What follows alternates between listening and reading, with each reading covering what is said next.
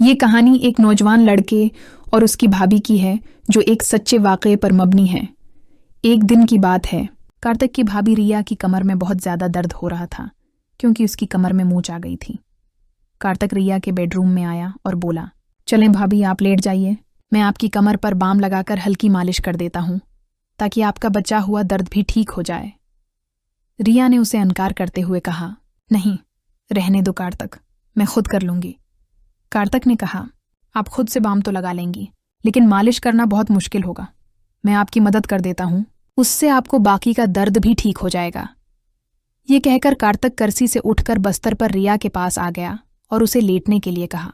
भाभी जी, बताइए कहाँ लगाना है? कार्तिक की हमदर्दी और फिक्र देखकर अब वो इनकार ना कर पाई। दरहकीकत दर्द का बहाना बंद करके वो कार्तिक को परेशान करना चाहती थी। वो शर्माती हुए पीठ के बल लेट गई और अपनी कमीज को कमर से थोड़ा ऊपर कर लिया और कहा, यहाँ पर लगाओ।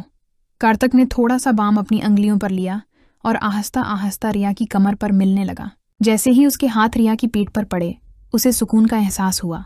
कार्तिक ने आहिस्ता आहिस्ता मालिश करना शुरू कर दी और उसके हाथों का लम्स रिया को बहुत आरामदायक लगा। जब जब कार्तिक की अंगुलियां उसकी कमर के बंद के काब आईं, रिया का दिल जोर जोर से धड़कने लगा, लेकिन उसने खुद को संभाला और कार्तिक की मदद का शुक्र अदा किया।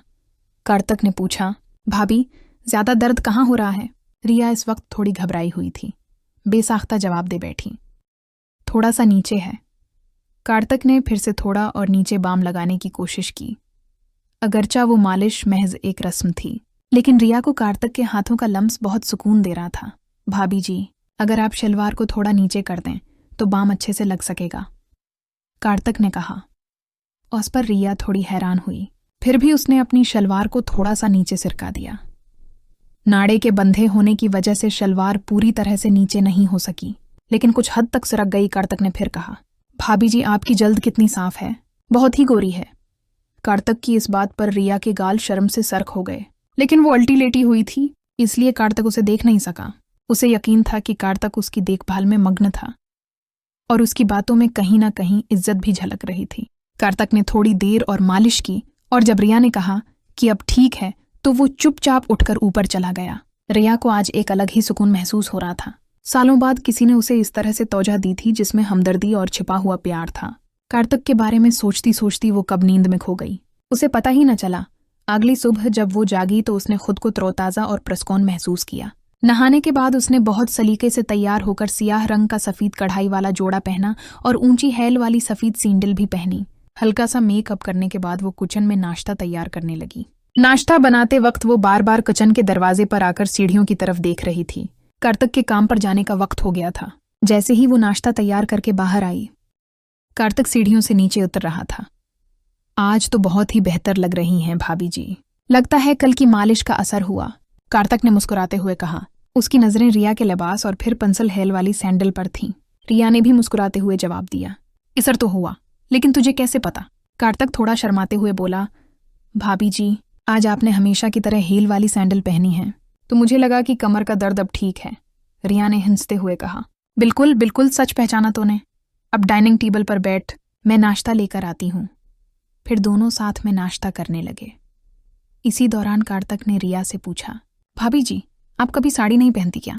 रिया ने जवाब दिया, पहनती हूँ, लेकिन बहुत कम, साल में एक आध बार अगर कोई खास मौका हो तो। क्यों? कार्तिक ने कहा, नहीं, बस इसलिए कि मैंने आपको कभी साड़ी में नहीं देखा। मेरा ख्याल है आप पर साड़ी बहुत ही अच्छी लगेगी। फिर कार्तिक जाते वक्त बोला, भाभी जी, रात का खाना मैं बाहर से ही ले आऊंगा, आप बनाना मत। रिया ने मुस्कुराते हुए कहा, ठीक है। तो कार्तिक ने फिर कहा, अगर किसी और चीज़ की ज़रूरत हो तो बता दीजिएगा, मैं आते वक्त ले आऊंगा। उस पर रिया ने कहा कि उसे किसी और चीज़ की ज़रूरत नहीं है। और फिर कार्तिक के जाने के बाद वो छोटे मोटे कामों में लग गई। उसके बाद वो ऊपर जाकर कार्तिक के कमरे को भी ठीक करने लगी।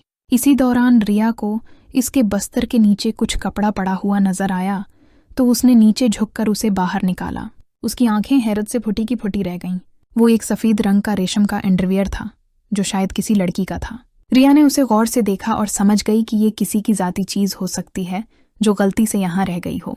उसने फौरन ही कपड़े को एक तरफ रख दिया और कमरे की सफाई करने लगी। इसी दौरान उसे 3 दिन पहले की वो बात याद आई जब रोहन और रीना उसी कमरे में एक दूसरे के साथ थे। उसे लगा कि ये कपड़ा शायद रीना का ही होगा। रिया ने कपड़े को उठाकर देखा तो उस पर कुछ सफ़ेद दाग नजर आए। उसे समझने में देर न लगी कि वो लोग किस कस्म के हैं। इन दागों को देखकर वो किसी दूसरी दुनिया में खो गई। तब अचानक बाहर मरकजी दरवाजे पर दस्तक हुई तो उसने उस कपड़े को वापस बस्तर के नीचे रखा और बाहर आकर दरवाजे की तरफ देखा। उसने देखा कि पड़ोस में रहने वाली कोमल भाभी खड़ी थी। अरे भाभी, मैं अभी आती हूँ, रिया ने कहा और जल्दी से कार्तक का कमरा बंद किया और नीचे आकर दरवाज़ा खोला।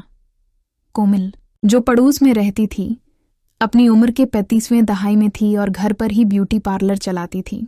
कोमल अक्सर दोपहर में रिया के घर आ जाती थी या उसे अपने घर बुला लेती थी और दोनों उधर उधर की बातें करती थीं। इस दिन भी रिया और कोमल ने गली महलों की ढेरों बातें की। कोमल के जाने के बाद रिया ने एक बार फिर नहाने का इरादा किया।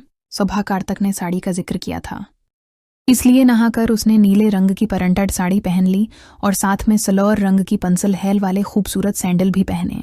कार्तिक के आने का वक्त भी हो चुका था और वो शाम के 4 बजे ही आ गया। जब रिया ने दरवाज़ा खोला तो कार्तिक उसे बड़े गौर से देखने लगा। अपनी तरफ इस तरह तौजा देखकर वो मुस्कुराते हुए बोली, ऐसे क्या देख रहे हो? कार्तिक मुस्कुराते हुए बोला, वाकई भाभी, आज आप इस साड़ी में बहुत ही खूबसूरत लग रही हैं। ये कहकर वो अंदर आ गया और वो साथ में रात का खाना भी लाया था। भाभी, मैं ऊपर जा रहा हूँ फर्श होने के लिए, आप एक गिलास शरबत बना दें प्लीज़। रिया ने उसकी तरफ मुस्कुराते हुए देखा और कहा, हाँ हाँ, क्यों नहीं। इसके बाद कार्तक ऊपर चला गया और फर्श होकर जब नीचे आया तो उसने एक आरामदायक टी शर्ट और शार्ट्स पहन रखे थे। रिया ने शरबत बनाया और उसे अपने बेडरूम में ले आई। वहां पर कूलर लगा हुआ था। कार्तक कमरे में आकर सामने वाली कुर्सी पर बैठ गया और रिया भी बिस्तर पर टांगे नीचे लुटका कर बैठ गई।